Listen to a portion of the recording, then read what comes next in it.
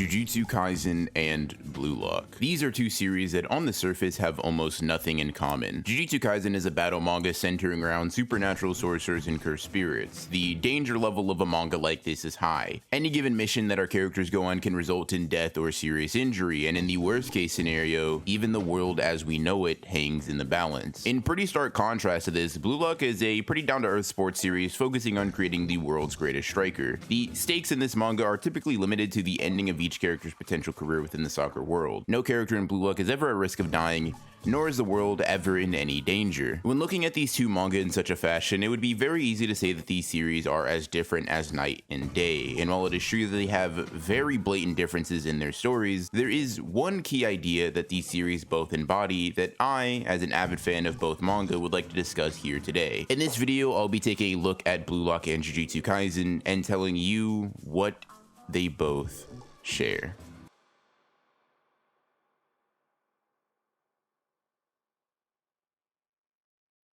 The idea that JJK and Blue Lock have similarities may seem absurd to fans on either side of the aisle. On one hand, you have fans of Jujutsu Kaisen possibly finding it crazy that I would even think to compare something as insane and action-focused as JJK to a sports manga like Blue Lock, and on the other hand, you have Blue Lock fans who would be confused at the idea of me even comparing two manga that don't share the same genre. And to be completely honest, that knee-jerk reaction from both communities would be a pretty reasonable one. When so many obvious differences exist, I really understand why seeing the one core trait that they have in common is pretty tough. Just looking at these series without any context would show you that these two share almost nothing, even just aesthetically. Blue Lock's art is much cleaner and more aggressive than Jujutsu Kaisen's on average. I would even go so far as to say that most people would argue that Blue Lock has conventionally better art. However, the chaotic feeling that JJK has artistically and the amazing fight choreography that the series is partly known for are two things that are pretty absent in Blue Lock's art. When looking at the characters and dialogue of the series, well, we also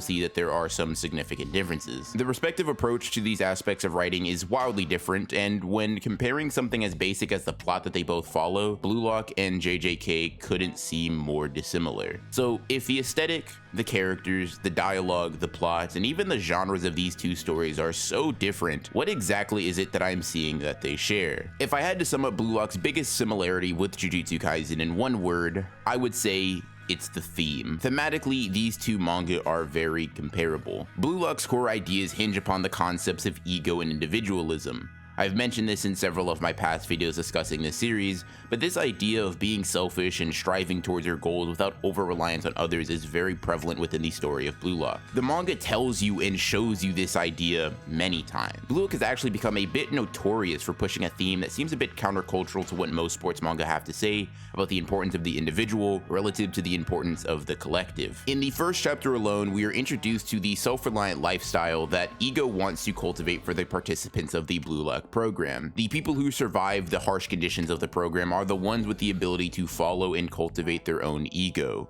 their own will. Without that, they are nothing but ordinary soccer players. It is only by taking a hold of their ambition selfishly that characters in Blue Lock can thrive. Yuichi Isagi, being the main character of the series, is probably the most blatant example of this ideal being realized. In the very beginning of the story, we are shown that Yuichi is a pretty typical soccer player. While certainly skilled and demonstrably better than most of the players on the field, he has a reliance on his teammates in big moments, and this reliance is quickly shown to have been the wrong decision. Deciding to pass to his teammate and let them attempt to score instead of taking the game into his own hands and taking the shot, his teammate misses and they lose as a result of Yuichi not having the ego to just take the game into his own hands. From the very beginning, this establishes a flaw in Yuichi's thinking, a flaw in the conventional thinking that many sports players have in general. And this flaw is talked about throughout the entirety of the manga. It's pretty clear here, even early on in the series, that the thematic point being made is that anybody who can't play selfishly and egotistically will be limited to just being average. It's not to say that teamwork is unimportant or even something that can be disregarded in a sport like this, but that a strong team can only be formulated around a strong player, and a strong player can only be created by a strong ego. This idea of individualism being the building blocks for strength is an idea that Jujutsu Kaisen also contains within its series. Now, I would argue it's not depicted as blatantly as Blue Lock's message is, nor is it described in the way that Blue Lock does, but the idea of selfishness and true self-reliance exists within Jujutsu Kaisen pretty prevalently. If you are somewhat skeptical about the thematic relevance of ego in a series like Jujutsu Kaisen, I suggest that you look no further than chapter 30 of the manga. In this chapter, we get a few boxes of narration talking about Sukuna and who he is. Contained within these boxes of narration, we have the idea that the strongest characters in the verse subscribe to. Throughout heaven and earth, he alone is the honored one.